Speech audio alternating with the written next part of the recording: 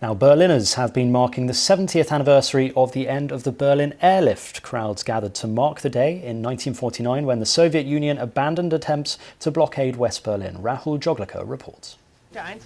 West Berlin, 1948. A Soviet blockade aimed to throw the British, American and French out. How?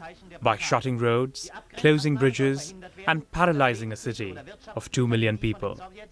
As panic and despair began to descend on Berlin, so did planes carrying food supplies from the Allies. Joint Army, Navy, Air Force effort, which is delivering to Berlin by air up to 90% as much freight as went by rail before the Russian blockade. The operation lasted 11 months, bringing food and hope to a people in crisis. The pilot calls to a radar station at Tempelhof Airport. At its peak, a plane landed every 90 seconds at airfields like this one, Tempelhof Airport. Today the scene of a ceremony marking 70 years since the Soviets lifted the blockade. In 1945 we'd been enemies, then we became occupiers, and when the airlift began, we suddenly became friends almost overnight. It was such a change in our relationship with the Berliners, it was wonderful. Close to 3 million tons of food and other supplies were dropped in Berlin during the operation. But one US Air Force pilot, Gail Halverson, decided to also drop sweets, forever going down in history as the candy bomber. At 98, he once again arrived in Berlin from the US, this time as a guest of honor.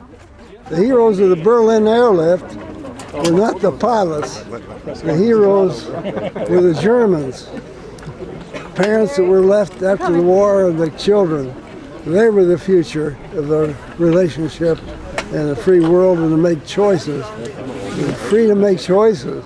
And they were the people. They were the heroes, not the guys bringing in the food. The people on the ground. The food packets that rained down on the city filled stomachs, but also won hearts and minds. This package gave us so much hope that there are people somewhere in the world who are giving these to their former enemies.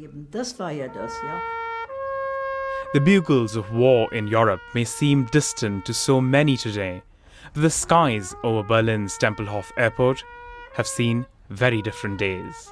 Rahul Joglekar, BBC News.